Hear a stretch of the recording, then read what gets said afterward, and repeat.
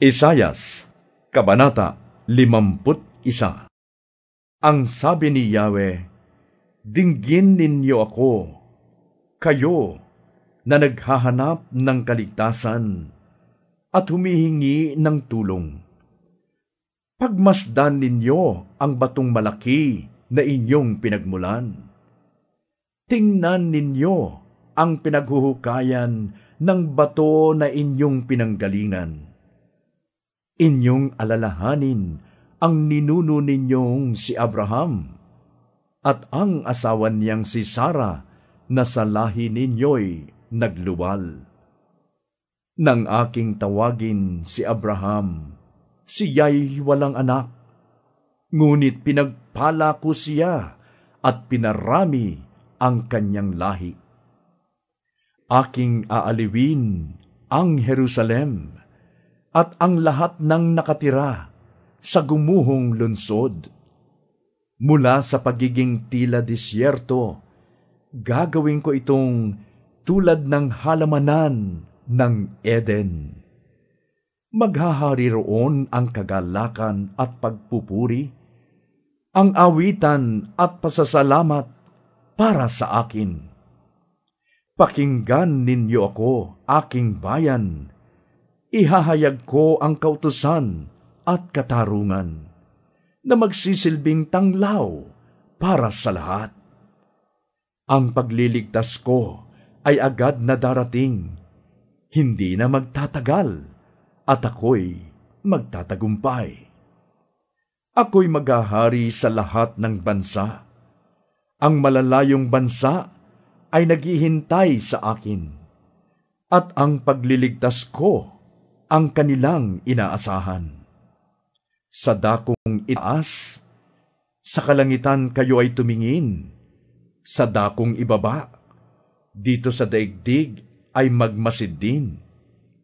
Katulad ng usok, itong kalangit ay pawang maglalaho, at itong daigdig mawawasak namang parang kasuotan. Ang mga naroon, lahat ng nilikha, ay parang langaw na mamamatay, ngunit ang pagliligtas ko ay walang hanggan, ang tagumpay ay walang katapusan. Ang nakakaalam tungkol sa matuwid, sa akin makinig, kayong lingkod ko na tagapag-ingat ng aking kautusan. Hindi kayo dapat matakot sa puna ng tao, o manlupaypay man kung laitin kayo. Katulad ng damit, ang mga taong yan ay masisira. Sila'y tulad ng tela na kakainin ng uod. Ngunit walang hanggan, at para sa lahat ng salinlahi, ang aking tagumpay at pagliligtas. Gumising ka, O Yahweh, at tulungan po ninyo kami. Gamitin mo ang iyong kapangyarihan at iligtas mo po kami, tulad noong una. Hindi ba't kayo ang pumuksa kay Rahab na dambuhala ng karagatan? Kayo rin po ang nagpatuyo sa dagat at gumawa ng daan sa gitna ng tubig. Kaya nakatawid ng maayos ang bayang iyong iniligtas. Ang mga tinubos ninyo'y babalik sa Jerusalem, magsisigawan sa galak, umaawit sa tuwa. Ang mamamalas sa kanilang mukha ay walang hanggang galak, at sa puso nila ang lungkot at hapis ay mawawalang lahat. Sinabi ni Yahweh, ako ang nagbibigay ng iyong lakas. Bakit ka matatakot sa kapwa mo tao?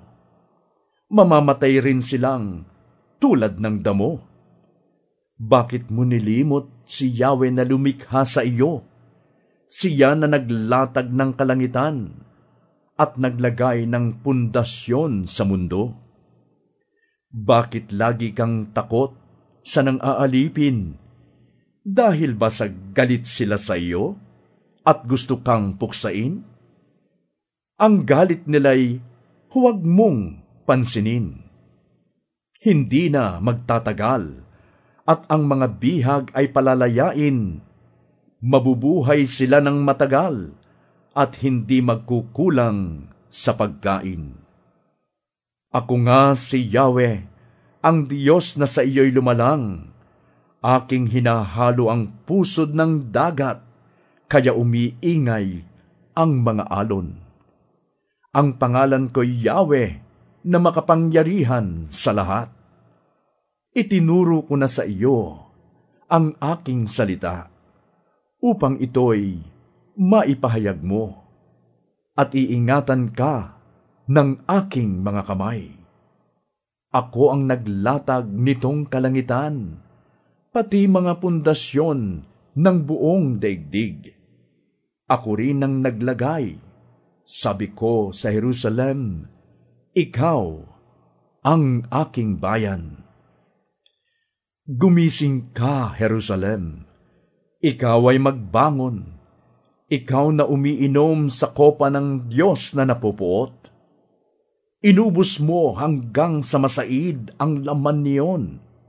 Kaya ikaw ay susuray-suray ngayon. Sa mga anak mo, wala kahit isang sa iyo'y umaalalay, matapos palakihin, at wala man lang humahawak sa iyong mga kamay. 2 sakuna ang dumating sa iyo, winasak ng digmaan ang iyong lupain, at nagkagutom ang mga tao. Wala isa mang umaliw sa iyo. Lupaypay na nakahandusay sa lansangan ang mga tao, tulad nila'y usang nahuli sa bitag ng mga ngaso. Nadarama nila ang tindi ng puot ni Yahweh, ang galit ng inyong Diyos. Kaya ako'y inyong dinggin, kayong lupasay sa matinding hirap, at wari lasing gayong hindi uminom ng alak. Ganito ang sabi ni Yahweh, na inyong Diyos at tagapagtanggol, aalisin ko na ang kopa ng aking puot sa inyong mga kamay. At magmula ngayon, hindi ka na iinom ng alak na yan. Aking ililipat ang inuming ito sa inyong mga kaaway na nagpahandusay sa inyo sa mga lansangan, at pagkatapos kayo'y tinapakan.